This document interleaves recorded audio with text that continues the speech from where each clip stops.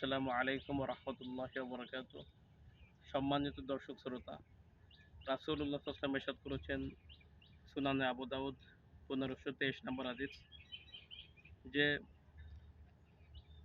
ফজরের পরে এবং মাগরিবের পরে ৩ বার করে সূরা ইখলাস, সূরা ফালাক এবং সূরা নাস পাঠ করা। অর্থাৎ ফজরের পরে ৩ বার সূরা ইখলাস পাঠ করা, কুল হুয়াল্লাহু আহাদ এই সূরাটি পাঠ করা, এবার ৩ বার সূরা ফালাক, কুল আউযু বিরাব্বিল ফালাক এটি পাঠ করা এবং ৩ বার কুল আউযু বিরাব্বিন নাস সূরা নাস ফালাক পাঠ করা। ফজরের পরে ৩ বার করে পাঠ করা এবং মাগরিবের পরে ৩ বার করে পাঠ করা।